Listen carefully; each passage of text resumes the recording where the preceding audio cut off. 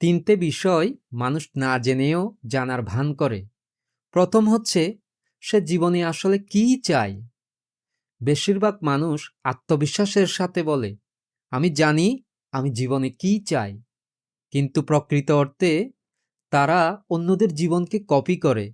চাকরি, ব্যবসা, বিয়ে, সাফল্য সবকিছু সমাজ নির্ধারণ করে দেয়। কিন্তু নিজের ভেতরের যে চাওয়া, সেই চাওয়ার মুখোমুখি হতে তারা ভয় পায়। সেজন্য কিছুই না জেনেও তারা বলে সব ঠিক আছে। দ্বিতীয় হচ্ছে, সুখ কিভাবে আসে। মানুষ ভাবে টাকা হলে সুখ, সফলতা হলে শান্তি এবং অন্যদের চেয়ে এগিয়ে থাকলেই জীবনটা সেট হয়ে গেল। কিন্তু রাতে একা হলে বোঝা যায় এই সংজ্ঞাগুলো কেবলমাত্র মুখস্থ করা বলি, অনুভব করা নয়। সেজন্য সুখ কি, কিভাবে আসে সেটা না জেনেও অধিকাংশ মানুষ কিভাবে সুখে থাকা যায় সেই উপদেশ দেয়।